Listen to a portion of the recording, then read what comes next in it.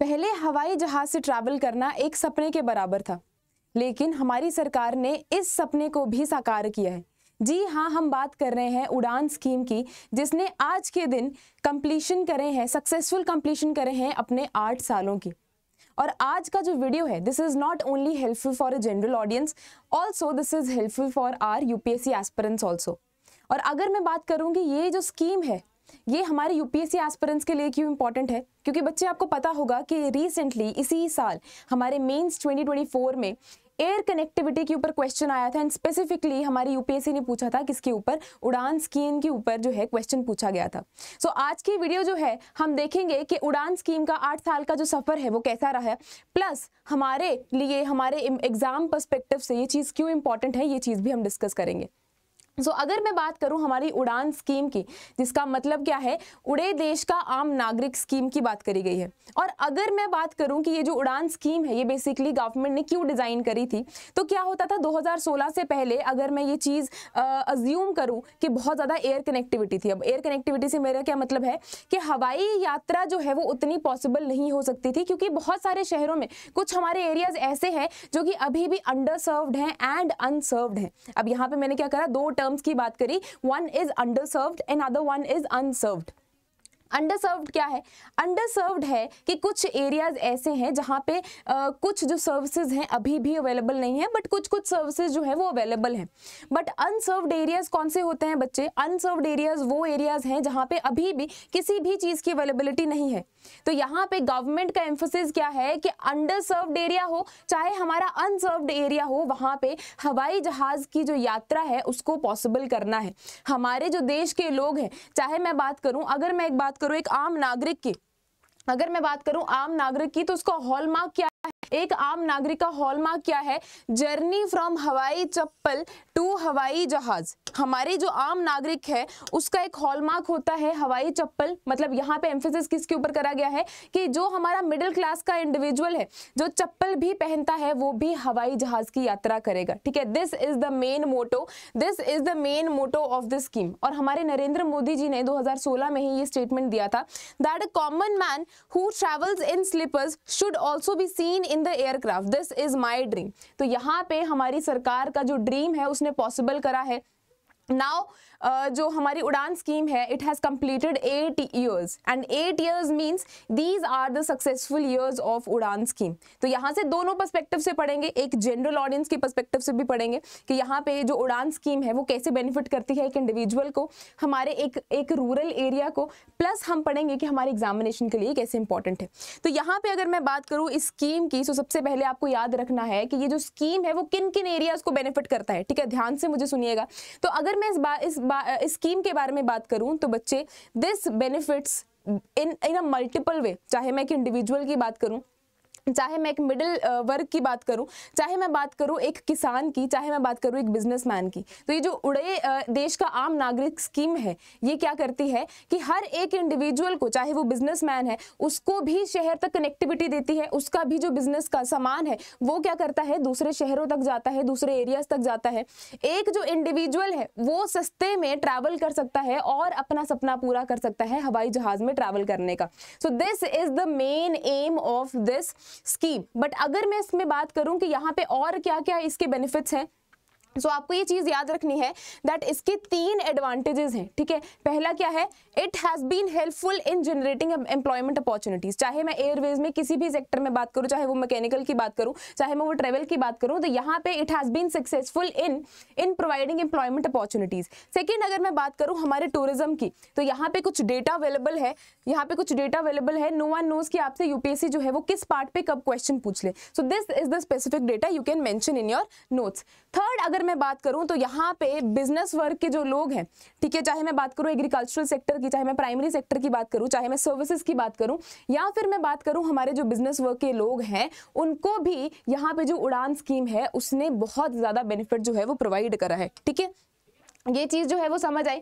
फिर उसके बाद देखते हैं कि यहाँ पे और कौन कौन सी चीजें हैं। यहाँ पे जो उड़ान स्कीम है इसका मेन ऑब्जेक्टिव क्या है, तो बच्चे आपको हमेशा याद रखना है कि जो उड़ान स्कीम का ऑब्जेक्टिव है वो बेसिकली बात करता है कनेक्टिविटी के ऊपर। ठीक है, that basically talks about connectivity, तो यहाँ पे कनेक्टिविटी की बात करी गई है। चाहे कोई भी एरिया जो है हमारा, चाहे मैं बात करूँ अंडर सर्व्ड एरिया की बात करूँ, या फिर मैं बात करूँ हमारे अनसर्व्ड एरिया की, यहाँ पे इनको कनेक्ट करना है हमें बड़े बड़े शहरों से, या फिर you have to connect it with the cities. तो यहाँ पे मेन मोटिव जो है उड़ान स्कीम का वो यही है, ठीक है।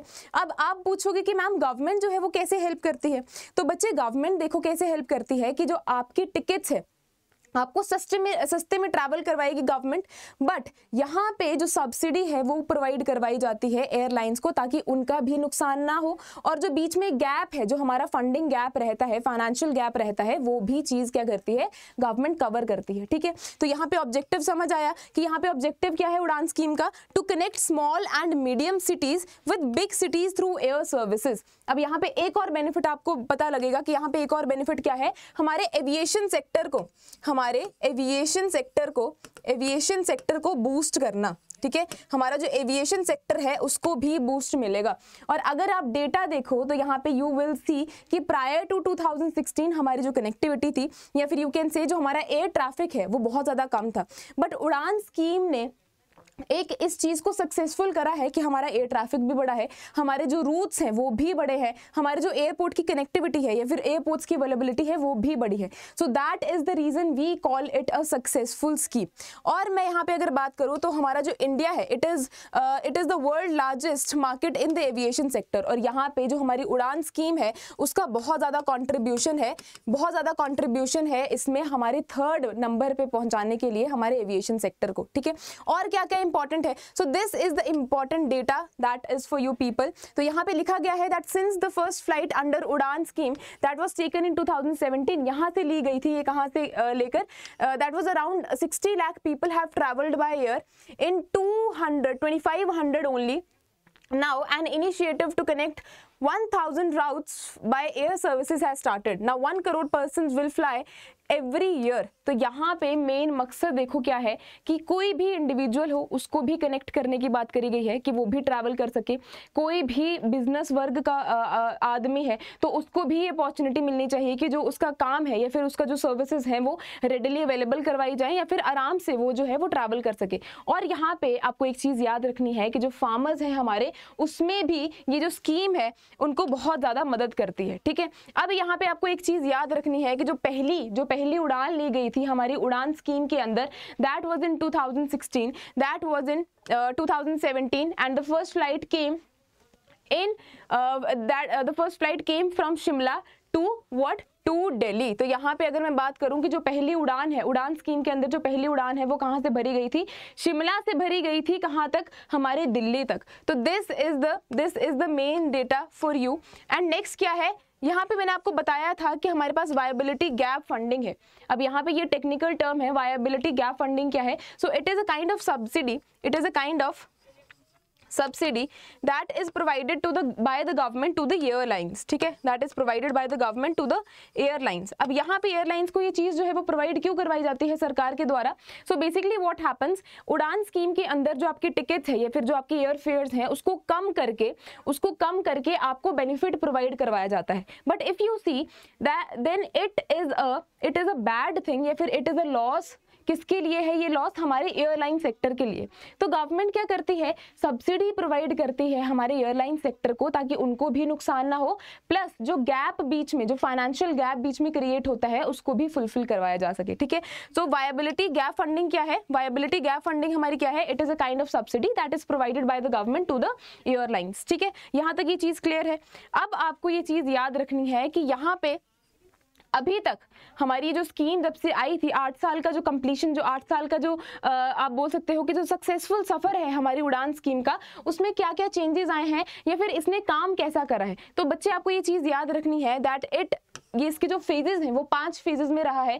सबसे पहले हमारा जो फेज है दैट इज उड़ान 1, देन इज उड़ान 2.0, देन इज उड़ान 3.0, एंड देन इज उड़ान 4.0, एंड देन इज उड़ान 5। तो यहाँ पे आपको बेसिकली याद रखना है कि इन सब के ये जो हमारे फेजेस आए हैं इनके ऑब्जेक्टिव्स क्या हैं। तो अगर मैं बात करूँ हमारे उड़ान 1 स्कीम की, उड़ान 1 फेज की अगर मैं बात करूँ तो यहाँ पे बेसिकली ध्यान दिया गया था किसके ऊपर, हमारे under served and unserved areas को, ठीक है। तो आपको ये चीज़ याद रखनी है। और अगर मैं बात करूँ हमारे उड़ान 2 फेज की, तो बच्चे आपको याद रखनी है कि यहाँ पे किसके ऊपर फोकस करा गया था, that it should provide last mile connectivity, ठीक है। अब यहाँ पे ये बात करी गई थी कि हमारी जो कनेक्टिविटी है बेसिकली उसको इंक्रीज करना है। थर्ड अगर मैं बात करूँ हमारे उड़ान 3 फेज की, तो यहाँ पे बात करी गई है इंटरनेशनल फ्लाइट्स की, ठीक है। इंटरनेशनल फ्लाइट्स को कनेक्ट करना to the neighbouring countries also.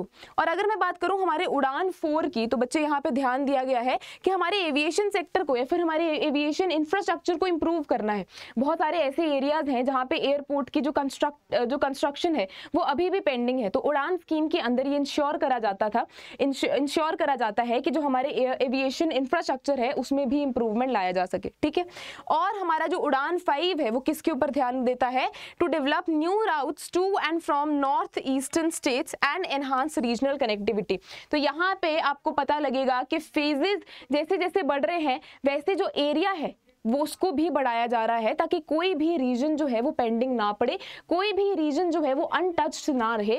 जो फैसिलिटी है या फिर ये जो स्टेप है that has been taken by the government of India, इसकी जो फैसिलिटी है या फिर यू कैन से इसका जो बेनिफिट है that should be provided to each and every person या फिर ईच एंड एवरी स्टेट। तो यहाँ पे अगर आप बात करोगे मेन मुद्दे की कि उड़ान जो स्कीम है हमारा उसका मेन ऑब्जेक्टिव क्या है, तो यहाँ पे बच्चे आपको ध्यान देना है दैट इसका जो मेन एम है that is regional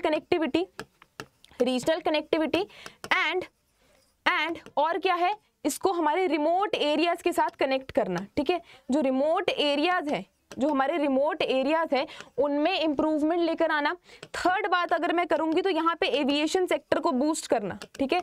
aviation sector को क्या करना, बूस्ट करना या फिर इंप्रूव करना। और अगर हमारे एविएशन सेक्टर में इंप्रूवमेंट आएगी तो हमारी क्या बढ़ेगी, हमारी बच्चे बढ़ेगी यहाँ पे कनेक्टिविटी, ठीक है। कनेक्टिविटी जो है वो इंप्रूव होगी और अगर हमारी कनेक्टिविटी इंप्रूव होगी then of course it will lead to development and growth, ठीक है। तो this is the main crux of this whole scheme. और ये आपके लिए इंपॉर्टेंट क्यों है, दो पर्सपेक्टिव से इंपॉर्टेंट है। सबसे पहले तो ये खुशी की बात है that we have completed successful 8 years of this scheme.